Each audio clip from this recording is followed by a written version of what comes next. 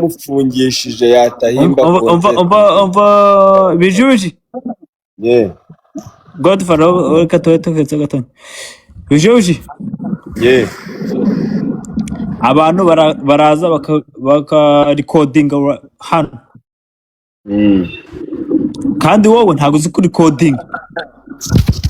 so ariko gushaka content zabo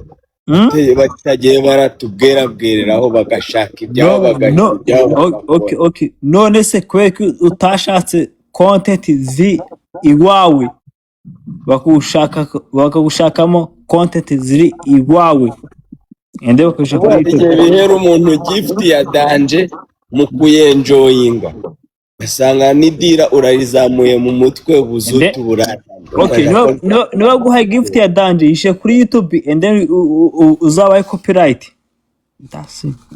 byumvikana urunguru bita uyu nguyu wiyitiriye Dumba n'inza ndabona yagiye gukoresha amantuza mabi. Thank you Grace, I love you too bubu. Ikintu ugomba kumenya ibyo biki kintu mugomba kumenya urimo kunyumva ntabwo gukora content ari ibya buri wese urimo kunyumva ibyo ugomba kubwira Desire wamaye future sitting iryamira none se niba uyu ngo ashobora kugenda agashyira ikiganiro kikagira views 60 niye content yakora mana nge mureke bibereho mureke babeho Umudasa ushaka future sitting babarira ntacyo abanyarwanda kazi na papa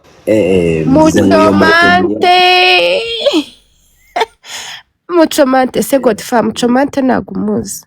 ntago Muchomante muzi Muchomante turaziranye bro si cyane cyiza Grace we Desire is my girl ngiye kumara kwanza murazo nari nuru yako imenitoa ariko God we Grace thank you iko numvishe tapping a screen tapote la famille Muchomante ivyo bijya badutayimo uyu mwanya kwagiye kuzamuka wenda undi muntu Muchomante ndamuzamuye nzamuye umukobwa w'icyamana wa mukobwa w'icyangugo nta Muchomante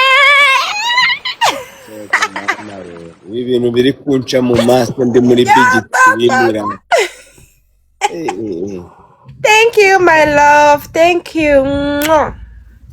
Subira muri bigisikiri ndi oya bugiyeho ndaje kunyuza mu maso koko I love you too Muchoma I love you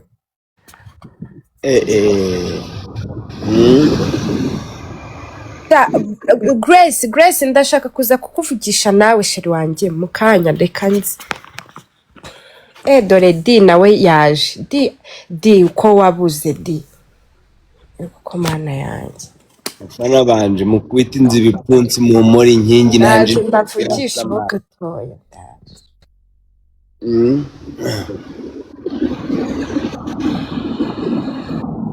uko keza we abundi ntabwo Desire we namusabaga gift Desire sinamusabaga gift yahitaga bikora ariko none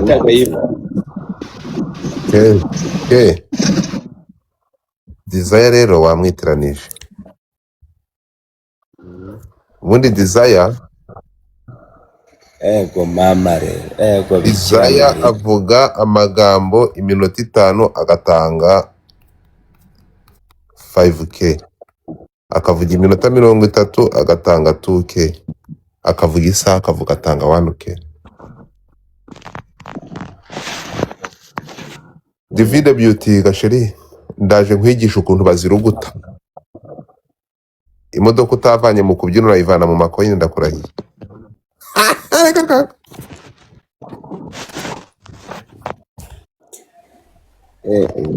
uri ushaka gushyiraho kamera shiraho kamera nyine nzayivana mu kubyina Godfa. wapi uzayivana hano sheri Ndi mu cyumwana.